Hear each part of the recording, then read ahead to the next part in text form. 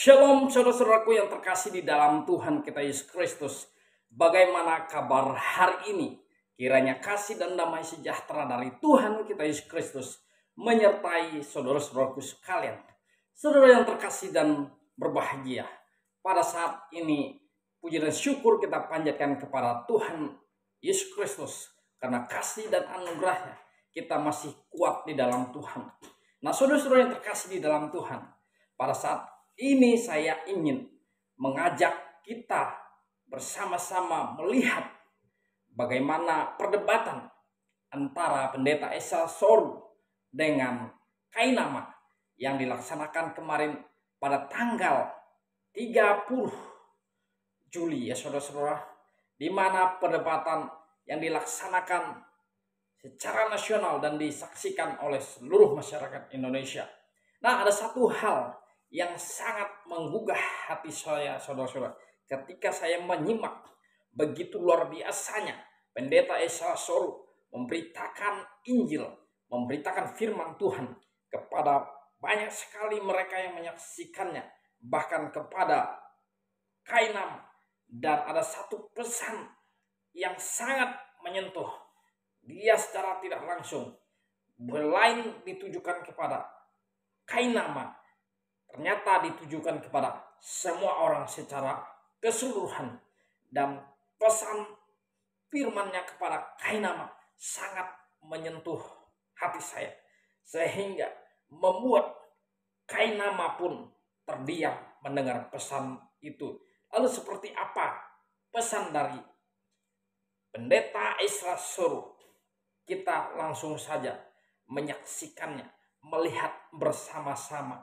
Selamat menyaksikan. Ya, terus terang saya debat semacam ini jauh dari yang saya harapkan. Tapi ya sudahlah, mau bagaimana lagi. Saya kira Pak Kainama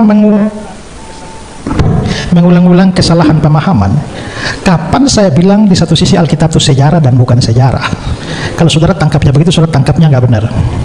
Yang saya bilang harus membedakan antara Alkitab sebagai sejarah dan tafsir Alkitab. Sejarah, ya sejarah. Tapi bagaimana menafsirkan data sejarah, itu problem lain.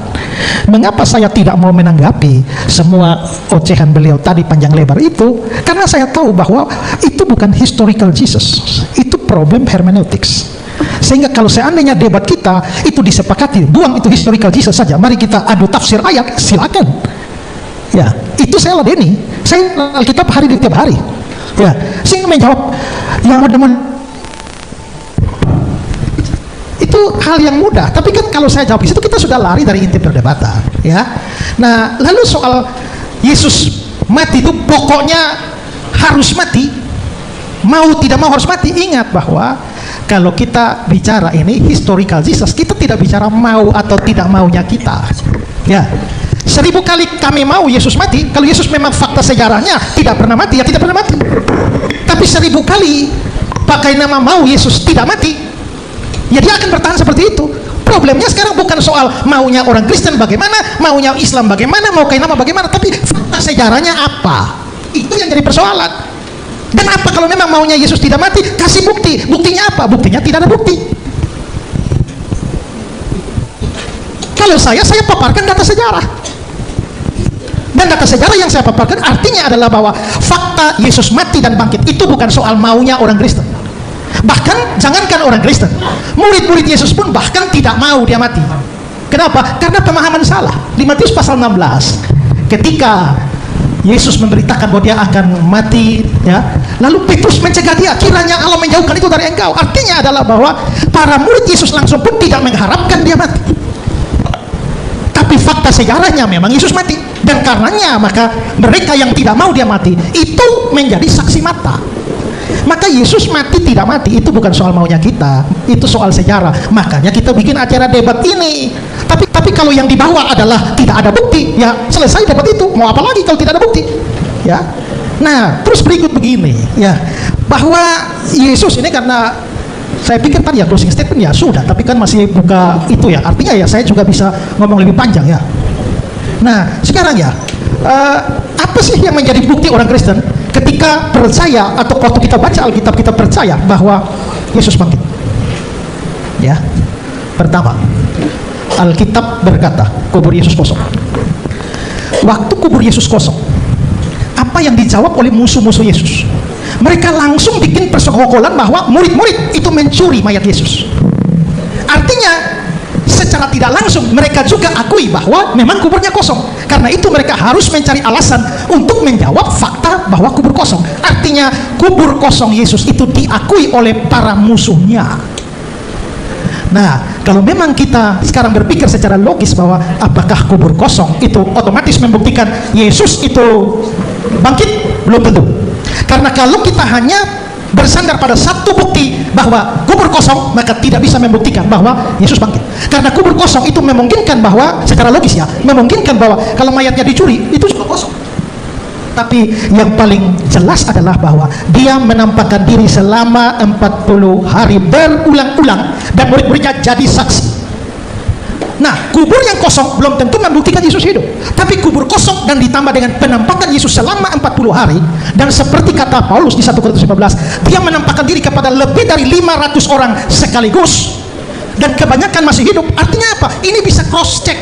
Ini bukan soal maunya Paulus, ini bukan soal maunya orang Kristen, tapi itu bisa dicek recheck. Semua saksi mata ada. Dan pikirkan ini, bahwa berita Injil tentang Yesus yang mati dan bangkit itu juga disampaikan oleh Petrus waktu khotbah Petrus pada hari Pentakosta. Dia bilang, Yesus yang kamu bunuh dan kamu salibkan. Dia bicara kepada orang Yahudi dan tidak ada satupun yang protes. Kalau Yesus tidak mati dan tidak bangkit, maka kata-kata Petrus tidak relevan.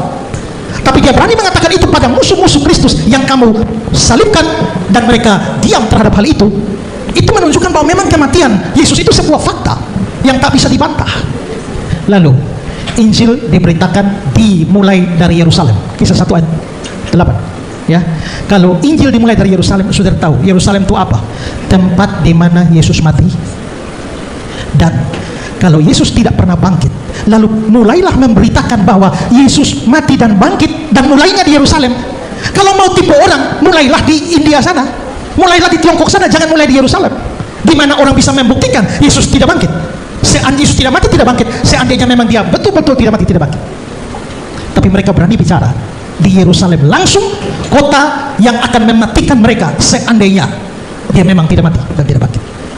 Dan ada banyak teori, ya seperti teori pingsan lah. Tapi yang ngomong teori pingsan itu tidak mengerti tentang tradisi penyaliban. Ya, ada yang mengatakan bahwa Yesus itu diangkat. Ya, Yesus diangkat, tidak disalibkan, tapi tiba-tiba diangkat oleh Tuhan ke surga, lalu ganti dengan orang lain yang serupa Yesus lalu yang disalibkan. Jadi aneh ya, kalau Allah memang mau menyelamatkan Yesus dari salib, kenapa pakai acara tipu-tipu? Kalau mau selamatkan Yesus, angkat saja, binasakan musuh-musuh Yesus. Kenapa masih pakai acara menipu orang dengan menyerupakan Yesus dengan orang lain? Kok Allah terlibat dalam konspirasi penipuan? Dan gara-gara ini, seandainya teori itu benar ya, seandainya memang Allah mengangkat Yesus dan Yesus tidak jadi mati, sementara akibat dari itu orang Kristen tidak tahu dan orang Kristen percaya Yesus mati, artinya orang Kristen telah tersesat. Tapi siapakah yang membuat orang Kristen tersesat? Allah yang menipu. Pikirkan itu. Dan waktu orang itu diserupakan dengan Yesus, pertanyaannya adalah orang-orang yang mengira itu yang disalibkan itu Yesus itu, yang mengira mereka menyalibkan Yesus itu siapa? Musuh-musuhnya kan? Bukan murid-muridnya kan? Dan kalau begitu seharusnya yang percaya bahwa Yesus tidak disalibkan, atau yang percaya bahwa Yesus disalibkan, tertipu oleh Allah, itu adalah mereka yang mau menyalibkan dia. Tapi ternyata bukan mereka yang percaya, justru murid-murid yang percaya. Mungkin apa yang saya omong ini sukar, tapi dengar ulang ya, lalu mikir baik-baik, pakai logika ya. Nah, sekarang gini loh, tadi Pak Kainama bicara soal ya mempermuliakan Yesus. Oke. Mungkin satu hal yang saudara mungkin akan tidak mengerti ya, bahwa kematian Yesus itu sesuatu yang, apalagi mati di kayu salib, itu sesuatu yang merupakan kehinaan.